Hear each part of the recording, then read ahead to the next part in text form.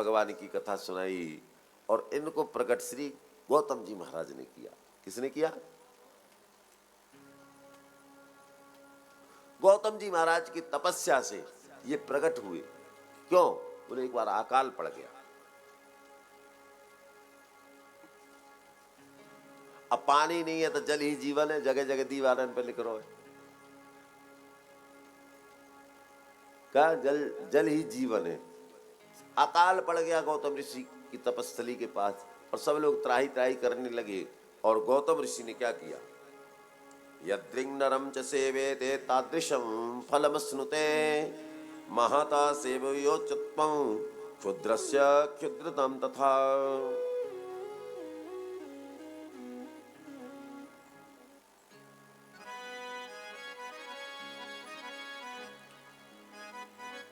क्या किया? बड़े चिंतित हुए, सोचने लगे क्या करूं क्या करूं क्या करूं क्या ना करूं।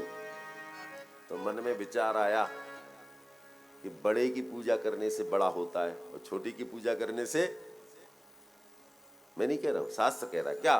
बोले सिंहस्य मंदिरे सेवा मुक्ता फल करी यथा। आप चाहे मदरा पान नहीं करते पर रोज रोज मदरा की दुकान पर जाकर के बैठोगे तो लोग आपको भी शराबी समझेंगे। आप चाहे जुआ नहीं खेलते पर रोज रोज कैसीनो में जाकर के बैठोगे तो दुनिया आपको, आप चाहे पॉलिश नहीं करते पर जूता लेकर के पॉल बैठ जाओगे तो दुनिया आपको पॉलिश करवाई मानेगी। हाँ, तो बोले क्या? बोले सिंहस्य मंदिर है सेवा। यदि बड़ी व्यक्ति की सेवा करोगे तो बड़ा मिलेगा, नीच की सेवा करोगे तो नीचता ही आएगी। कीचड़ में हाथ डालोगे तो कीचड़ ही लगेगा और सुगंध में हाथ डालोगे तो सुगंध ही लगेगी। और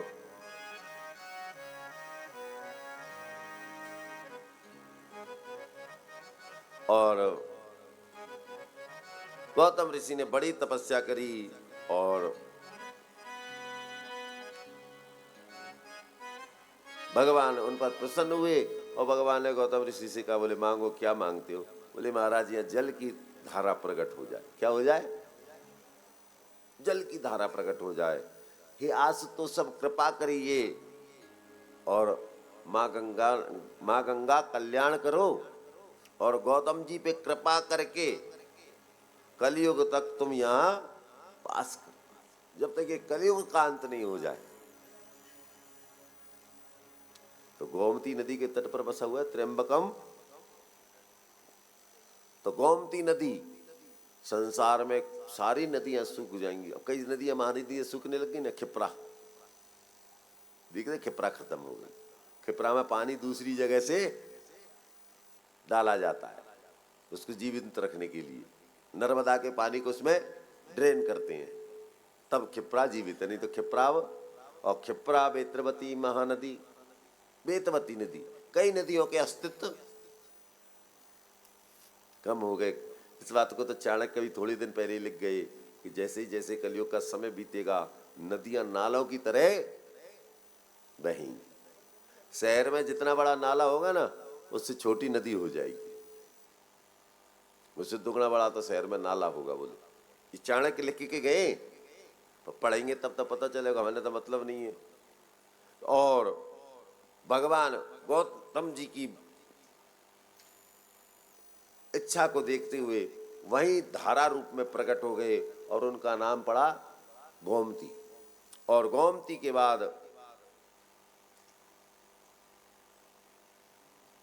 भगवान शंकर से प्रार्थना करी, बोले भगवान आप भी यहीं विराजमान हो जाओ। ऋषि की बात मान करके भगवान वहीं विराजमान हो गए। बोलो त्र्यंबकेश्वर भगवान की। उसके